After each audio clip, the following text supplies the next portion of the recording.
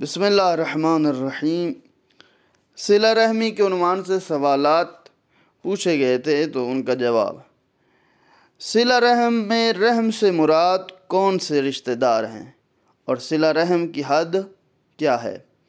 اس سے مراد وہ لوگ ہیں جو انسان کے رحم میں شریک ہیں اور اس کے اعضاء میں شمار ہوتے ہیں۔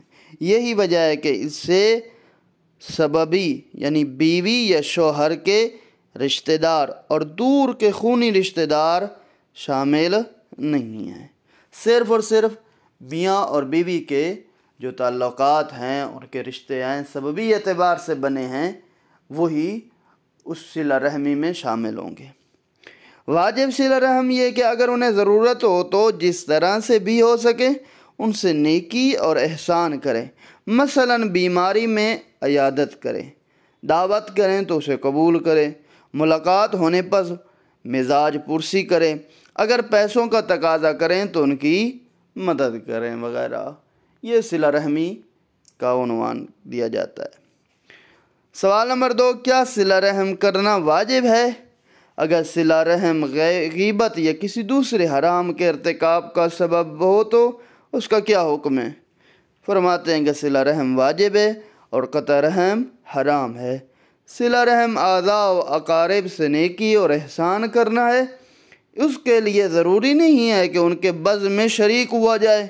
اگر شرکت گناہ کا سبب ہو تو جائز نہیں ہے۔ آپ موبائل پہ کسی کو کال کریں، حوال پرسی کریں یا کسی کے ہاتھ سے اپنا یہ پیغام پہنچائیں کہ جناب میرے طرف سے اس کو پیغام پہنچا دیں، ٹھیک ہے۔ خط و خطابت کے ذریعے سے بھی یہ صلہ رحمی ہو سکتی ہے۔ ضروری نہیں ہے کہ آپ ان کے وہ گناہ والی محفل ہو اور وہاں جائیں اور صلہ رحمی کریں، نہیں، اور گناہ والی محفل میں جانا بھی حرام ہے۔ سوال ہے کہ بے دین اور گناہ گار رشتہ داروں سے صلہ رحم کرنے کا کیا حکم ہے؟ یا انہیں بھول جانا چاہیے؟ اگر ہمارے سامنے کوئی گناہ انجام دیں تو کیا حکم ہے؟ فرماتے ہیں صلہ رحم ترک نہیں کرنا چاہیے۔ ہاں، صلہ رحم کا مطلب صرف ایک دوسرے کے یہاں آنا جانا بھی نہیں ہے، بلکہ بالکل قطع تعلق کر لینا بھی جائز نہیں ہے۔ ہاں، ہر حال میں ان کی اصلاح کے لیے کوشاں رہنا چاہیے۔ اب سوال ہے کہ اگر کوئی مجھ سے بات کرنا یا ملنا ہی نہیں چاہتا ہو تو کیا پھر بھی میرے لیے اس سے صلہ رحمی کرنا واجب ہوگا؟ کیا ایسا نہیں ہو سکتا کہ میں اسے اس کے حال پر چھوڑ دوں؟